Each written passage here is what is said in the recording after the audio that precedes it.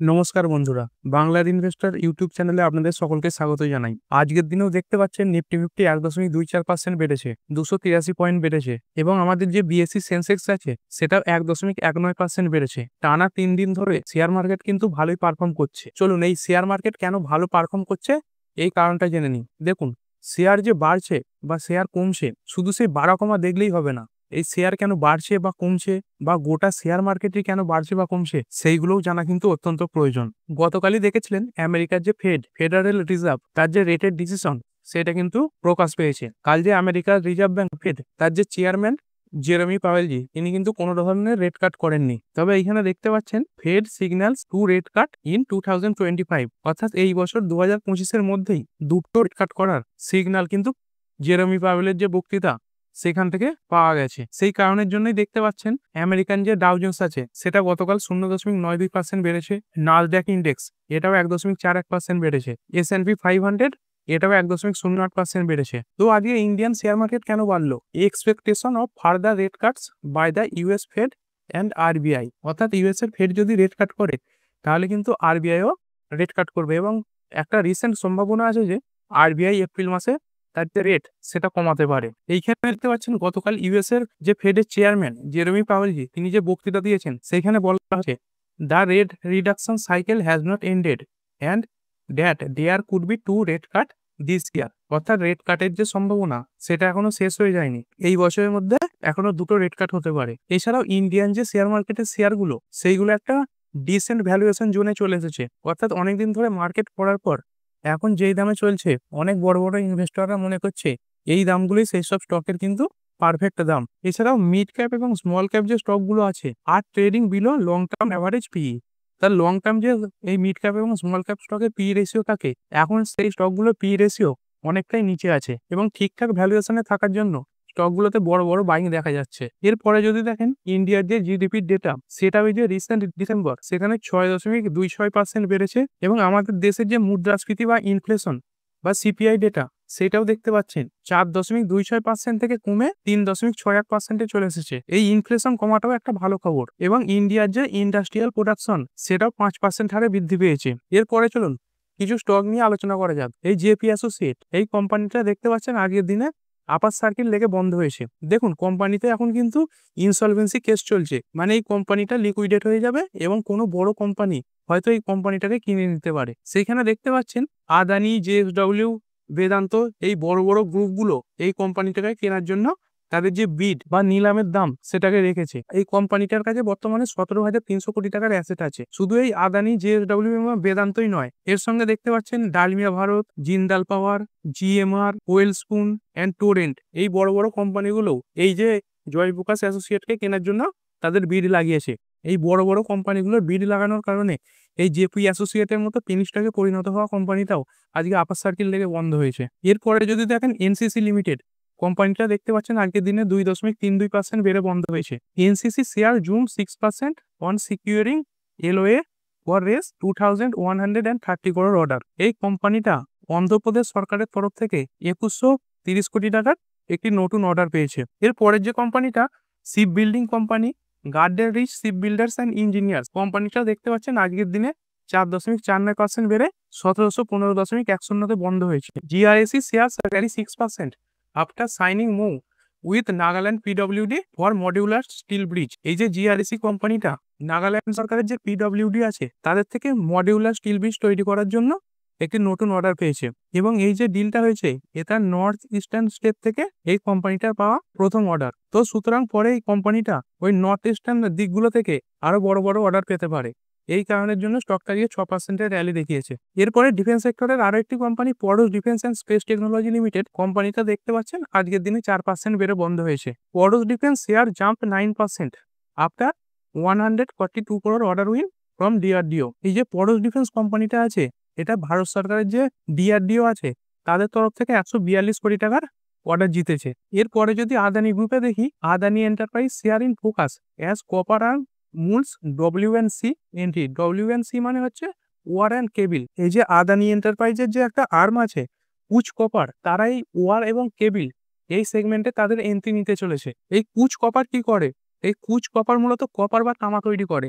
আর এই যে ওয়্যার এবং কেবিল সেইগুলো তৈরির যে মূল উপাদান সেটা কিন্তু তামা। সুতরাং দেখুন এরা যে কাঁচামাল সেটা তাদের নিজেদের ঘরেই পেয়ে যাবে এবং সেই কারণে এদের যে উৎপাদন খরচ সেটাও অনেক কমবে। সেই কারণে দেখতে পাচ্ছেন আদানি এন্টারপ্রাইজ আজকের দিনে 0.84% বেড়েছে। এবং অন্যদিকে যদি বাকি ওয়্যার এবং কেবিল ম্যানুফ্যাকচারিং কোম্পানিগুলো দেখি, পলিক্যাব ইন্ডিয়া দেখতে পাচ্ছেন আজকের দিনে 6.19% পড়েছে, হ্যাভেলস ইন্ডিয়া পড়েছে 3.72%, কেইআই ইন্ডাস্ট্রি এটা সব থেকে বেশি পড়েছে, প্রায় 12.5%-এর উপরে পড়ে গেছে, এবং ফিনোলেক্স কেবিল এটাও প্রায় 4.5%-এর কাছাকাছি পড়েছে। দেখুন আদানি গ্রুপ কিন্তু একটা বড় গ্রুপ, ঠিক আছে, এরা যে সেগমেন্টে এন্ট্রি নেবে সেই সেগমেন্টের যে বাকি যে কম্পিটিটরগুলো থাকবে তাদের উপর বড় প্রেসার এমনিই পড়বে। এবং এই যে কোম্পানিগুলো আছে বাকি যে ওয়্যার এবং কেবিল সেগমেন্টের কোম্পানিগুলো আছে এদের যে রেভিনিউ সেখানেও প্রেসার দেখা যাবে। সেই কারণের জন্য এই যে স্টকগুলো আজকে প্রায় 4-12% পর্যন্ত পড়েছে। এর পরের যে কোম্পানিটা হুন্ডাই মোটর ইন্ডিয়া লিমিটেড, কোম্পানিটা আজকের দিনে 0.82% বেড়েছে। রিসেন্টলি ভিডিওতে বলেছিলাম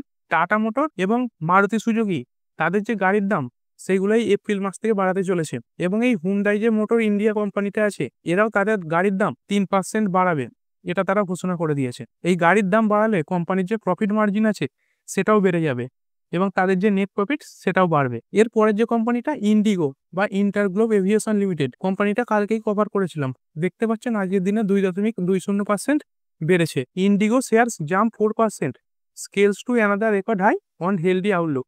অর্থাৎ কোম্পানিটা তাদের যে আউটলুক দিয়েছে বা ভবিষ্যতের পরিকল্পনা তাতেই কোম্পানিটার ভবিষ্যতে বড় রেভিনিউ আর্ন করার সম্ভাবনা রয়েছে। ইন্ডিগো দেখতেই পাচ্ছেন increase its international capacity share to 14% by financial year 30। অর্থাৎ কোম্পানিটা তাদের যে ইন্টারন্যাশনাল ক্যাপাসিটি আছে সেটাই কোম্পানিটার বর্তমানে আছে 28%, সেটাকে বাড়িয়ে এই কোম্পানিটা 2030-এর মধ্যে 40%-এ নিয়ে যাবে। এরপরে আইটি সেক্টরের কোম্পানি ইনফোসিস দেখতে পাচ্ছেন 1.42% বেড়েছে, এইচসিএল টেকনোলজি 0.68% বেড়েছে, উইপ্রো লিমিটেড এটাও দেখতে পাচ্ছেন 0.75% বেড়েছে, এবং এলটিআই মিন্ট্রি এই কোম্পানিটা দেখতে পাচ্ছেন 0.98% বেড়েছে। আজকের দিনে এই আইটি সেক্টরগুলো কেন মোটামুটি ভালো পারফর্ম করেছে তার জন্য এই আইটি কোম্পানির বিজনেস আপনাকে বুঝতে হবে। আইটি কোম্পানিগুলো দেখুন IT stocks that derive up to 82% of their revenue from the United state. অর্থাৎ এই যে কোম্পানিগুলো আছে আইটি স্টক তারা তাদের যে রেভিনিউ তার 82%-ই আর্ন করে ইউনাইটেড স্টেট বা আমেরিকা থেকে। সুতরাং বুঝতেই পারছেন আমেরিকার যে কোনো সিদ্ধান্তের উপর এই আইটি স্টকগুলোর ভবিষ্যৎ নির্ভর করে। এবং গতকালই দেখেছিলেন যে আমেরিকার যে ফেড তারা তাদের যে রেটের সিদ্ধান্ত সেটাকে অপরিবর্তিত রেখেছে এবং ভবিষ্যতে দুটো রেট কাট হতে পারে এরকম একটা সম্ভাবনা তারা প্রকাশ করেছে, এবং সেই কারণের জন্য আইটি স্টকগুলো আজকে ভালো পারফর্ম করেছে। এর পরের যে কোম্পানিটা ধানি সার্ভিসেস লিমিটেড, কোম্পানিটা দেখতে পাচ্ছেন আজকের দিনে 1.62% বেড়েছে। কি জন্য বেড়েছে? Share price jumps 3% on promoter stake raise. অর্থাৎ এই কোম্পানিটা বাজার থেকে তাদের যে নিজেদের স্টেক বা শেয়ার সেইগুলো তারা অনেকটা কিনেছে। এছাড়াও এই যে ধানি সার্ভিস কোম্পানিটা আছে এরা গুড়গাঁওয়ে রিয়েল এস্টেট প্রজেক্ট তৈরি করার জন্য একটি নতুন মৌ চুক্তি করেছে। এই নতুন সেক্টরে এন্ট্রি নেওয়ার কারণে ধানি সার্ভিস কোম্পানিটা আজকে ভালো পারফর্ম করেছে। এরপরে যদি দেখি জিপিটি ইনফ্রা প্রজেক্ট, কোম্পানিটা দেখতে পাচ্ছেন সকালের দিকে ঠিকঠাক চলছিল, একসময় 11টার সময় করে হঠাৎ করে একটা বড় স্পাইক দেখিয়েছে। এই যে দেখতে পাচ্ছেন GPT infra project surge over 13% on securing 481.11 crore railway infrastructure project. এই যে জিপিটি ইনফ্রা প্রজেক্ট কোম্পানিটা আছে এরা রেলওয়ে ইনফ্রাস্ট্রাকচার তৈরি করার জন্য 481 কোটি টাকার অর্ডার পেয়েছে। এবং কি তৈরি করবে কোম্পানিটা? Construction of an important bridge over the Rupnarayan river. এই রূপনারায়ণ নদীর উপর এই কোম্পানিটা একটা ইম্পর্টেন্ট ব্রিজ তৈরি করবে। এরপরে যদি দেখেন সেনকো গোল্ড, সেনকো গোল্ড দেখতে পাচ্ছেন আজকের দিনে 5% বেড়েছে। যদি 5 দিনে দেখেন কোম্পানিটা প্রায় 13%-এর কাছাকাছি বেড়েছে। Senco gold shares rise after promoter raise stake. অর্থাৎ এই যে সেনকো গোল্ড শেয়ার আছে এর যে প্রোমোটার আছে তারা বাজার থেকে তাদের যে শেয়ার কিছুটা শেয়ার কিনেছে তারা।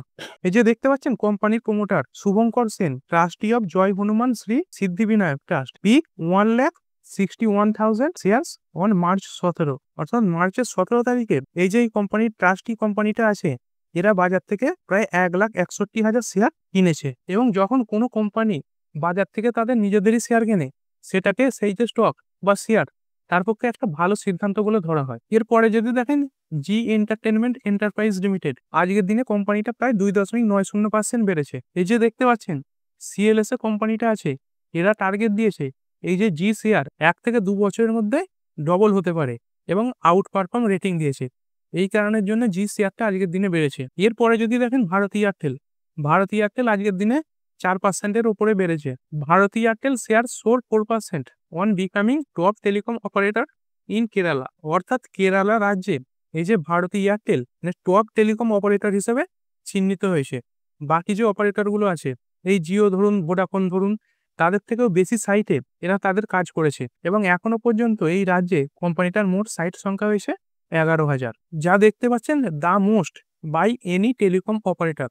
অর্থাৎ বাকি যে টেলিকম অপারেটরগুলো আছে যাদের থেকে এই সংখ্যাটা অনেক বেশি। এরপরে চলুন দেখে নিই আজকে নিফটি ফিফটির কোন কোম্পানিগুলো ভালো পারফর্ম করলো। ভারত এয়ারটেল তো 4%-এর মতো বেড়েছে। টাইটান দেখতে পাচ্ছেন 3.47% বেড়েছে। আইসার মোটর 2.61% বেড়েছে। বাজাজ অটো বেড়েছে 2.57% এবং ব্রিটানিয়া 2.57% বেড়েছে। অন্যদিকে যে কোম্পানিগুলো পড়েছে দেখতে পাচ্ছেন ইন্ডাসইন্ড ব্যাংক 1.11% পড়েছে, বাজাজ ফাইন্যান্স পড়েছে 0.59%, ট্রেন্ড পড়েছে 0.30% এবং শ্রীরাম ফাইন্যান্স 0.25% পড়েছে। এবং যদি ইন্ডাইসিস দেখেন, নিফটি যে নেক্সট 50 0.57% বেড়েছে, নিফটি 100 বেড়েছে 1.12%, নিফটি 200 বেড়েছে 1%-এর উপরে, নিফটি 500 বেড়েছে 0.99%। এবং যদি মিড ক্যাপ দেখি, মিড ক্যাপ 50 দেখতে পাচ্ছেন 0.63% বেড়েছে এবং মিড ক্যাপ 100 বেড়েছে 0.64%। এবং এই যে এখানে দেখতে পাচ্ছেন একটি ইন্ডাইসেস 5.22% পড়েছে। দেখুন, এতে ভয় পাওয়ার কিছু নেই, এটা বাজারের কোনো স্টক বা সেক্টরকে কিন্তু পরিচালনা করে না। এইখানে দেখতে পাচ্ছেন এই যে নাম, এটা হচ্ছে ইন্ডিয়া ভিক্স বা ইন্ডিয়া যে ভলিটিলিটি ইন্ডেক্স, বাজার কতটা ওঠাপড়া করছে এটা সেটারই নির্দেশনা দেয়। এরপরে যদি সেক্টরাল ইন্ডাইসেস দেখেন, নিফটি ব্যাংক দেখতে পাচ্ছেন 0.72% বেড়েছে, নিফটি অটো 1.42% বেড়েছে, নিফটি যে এফএমসিজি 1.29% বেড়েছে, নিফটি আইটি 1.25% বেড়েছে। বেশিরভাগ সেক্টরই আজকে দেখেছেন সবুজে বন্ধ হয়েছে। তো ঠিক আছে বন্ধুরা, আশা করছি ভিডিওটা আপনাদের ভালো লেগেছে। আপনি চাইলে এটাকে লাইক এবং শেয়ার করতে পারেন। আর শেয়ার মার্কেট সংক্রান্ত ডেইলি নিউজ আপডেট পেতে চ্যানেলটা সাবস্ক্রাইব করে রাখবেন এবং পাশে থাকা বেল আইকনটি টিপে অল অবশ্যই সিলেক্ট করে রাখবেন, যাতে পরবর্তী ভিডিওর নোটিফিকেশন আপনার কাছে সময় মতো পৌঁছে যায়। আর হ্যাঁ, ভিডিওটি শুধুমাত্র ইনফরমেশন এবং এডুকেশনাল পারপাসের জন্য বানানো হয়েছে। আমি সেবি রেজিস্টার্ড নই, তাই কোনো প্রকার শেয়ারে কোনো প্রকার বাই, সেল, হোল্ড বা অ্যাভারেজ করার কোনো সিদ্ধান্ত নেওয়ার আগে আপনার যে ফাইন্যান্সিয়াল অ্যাডভাইজার আছে তার সঙ্গে অবশ্যই আলোচনা করবেন। দেখা হচ্ছে পরের ভিডিওতে। ধন্যবাদ।